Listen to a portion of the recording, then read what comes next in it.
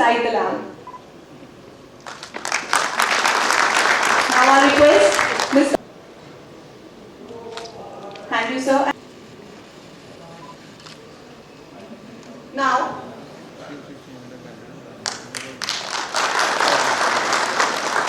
अब मैं हमारे मुख्य अतिथि श्री कैलाश चौधरी, जो एक विश्व कीर्तिमान है, भ्रष्टाचार पूरी तरह से खत्म हो, जहां हर जगह वो आने वाले समय के लिए बहुत ही महत्वपूर्ण होगी, क्योंकि आपके जिंदगी के जो ये 40 साल है या 50 साल जो भी आप सेवा देंगे, उन 40-50 साल के अंदर देश के लिए आप जो काम करेंगे वो देश के विकास के लिए बहुत ही महत्वपूर्ण कदम होगा।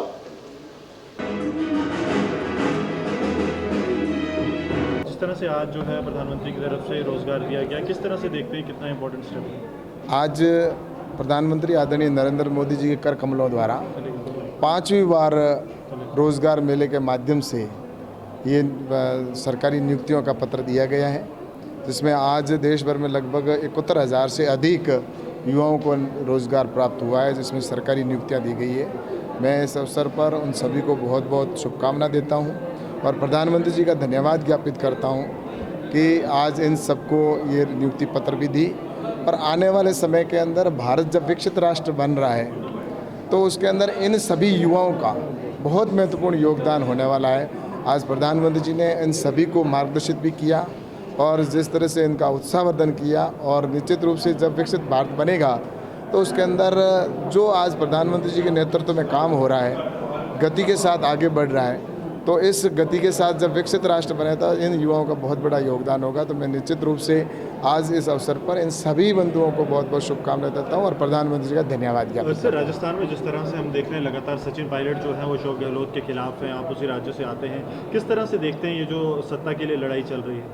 ऐसा कि इसकी सज़ा राजस्थान की जनता भुगत रही है, क्योंकि राजस्थान की जनता को भगवान के भरोसे पे छोड़ दिया है और वो सिर्फ अशोक जी गहलोत कुर्सी बचाने में लगे हुए हैं और भ्रष्टाचार का आलम है।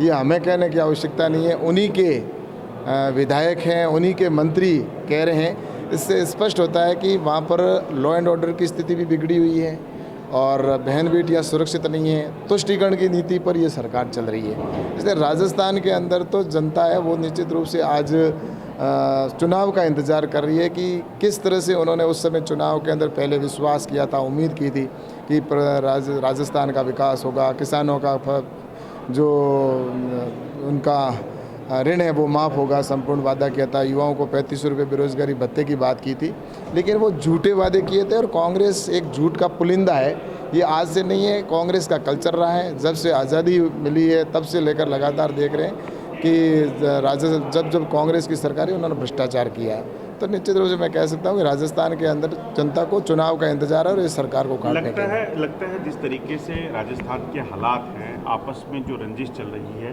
उसका फ़ायदा बीजेपी को मिलेगा। ऐसा है कि क्या आप लोग संपर्क में हैं सचिन पायलट के? राजस्थान की जो जनता है वह आने वाले समय के चुनाव का इंतज़ार कर रही है, क्योंकि उन्होंने जो उम्मीद की थी उसके ऊपर ये लोग खरे नहीं उतरे।